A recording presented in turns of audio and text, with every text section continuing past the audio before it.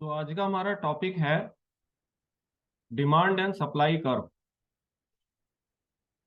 तो ये हमने एक प्राइस और क्वांटिटी एक्सिस के बीच एक प्लॉट लिया है। तो ये जो है हमारा डाउनवर्ड स्लोपिंग डिमांड कर्व है, राइट, जो इंडिकेट कर रहा है कि जब हमारी प्राइस फॉल करती है तो हमारी डिमांड जो है वो इंक्रीज करती है, या कन्वर्सली जब हमारी प्राइस जो है वो इंक्रीज करती है तो हमारी डिमांड जो है वो फॉल करती है। यानी कि प्राइस और डिमांड में एक इनवर्स रिलेशनशिप होता है। नाउ ये जो ब्लू लाइन है, this is our supply curve, जो इंडिकेट कर रहा है कि जब किसी प्रोडक्ट की प्राइस इंक्रीज करती है तो प्रोड्यूसर सप्लाई को इंक्रीज करता है, या कन्वर्सली जब किसी प्रोडक्ट की प्राइस जो है वो फॉल करती है तो सप्लायर जो है प्रोडक्ट की प्राइस को रिड्यूस करता है। So demand and supply curve का जो पॉइंट ऑफ इंटरसेक्शन होता है उस पर हमारी मार्केट इक्विलिब्रियम प्राइस आती है, which is your P star in this case. So इस मार्केट इक्विलिब्रियम प्राइस पर जो डिमांड है that is Q star, right. Now case हो सकता है कि हमारा जो प्रोड्यूसर है, राइट, वो मार्केट इक्विलिब्रियम प्राइस से बिलो प्राइस पर प्रोडक्ट को सेल कर रहा हो, right. If that is the case, so our demand will exceed our supply, right. तो ये हम देख रहे हैं कि जो हमारा डिमांड है वो यहां पर आएगा, ठीक है, it is exceeding the supply, और जो हमारी सप्लाई है वो हमारी यहाँ है, राइट। ऑन दिस पॉइंट से it is Q and this is Q dash. So Q dash is our demand and Q is our supply. So our demand is greater than our supply. अगर ये scenario है कि demand जो है वो supply से ज्यादा है तो इसका मतलब है कि जो प्रोड्यूसर है वो मार्केट इक्विलिब्रियम प्राइस से लोअर प्राइस पर प्रोडक्ट को बेच रहा है। Now what producer will do, it will increase its price, right.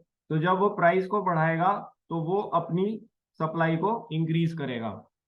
Now price और सप्लाई के इंक्रीज होने से डिमांड जो है वो फॉल करेगी, राइट। और ये एक बार सप्लाई डिमांड जो है ये एक बार इक्विलिब्रियम में आ जाएंगे दोबारा से at the market equilibrium price. So ये एक ऑप्शन होता है प्रोड्यूसर के पास कि जब डिमांड सप्लाई से एक्सीड होती है तो वो अपनी प्राइस को इंक्रीज करके अपनी सप्लाई को बढ़ाता है। दूसरा केस हो सकता है कि when supply exceeds the demand, right, जैसे हमने ये ऊपर वाले केस को देखा है। सो अगर ये केस है तो प्रोड्यूसर जो है वो प्रोडक्ट को प्राइस पी पर बेच रहा है जो कि मार्केट इक्विलिब्रियम प्राइस से ग्रेटर है, राइट। तो in that case if the supply exceeds the demand तो producer will reduce its price and will also reduce the supply, right.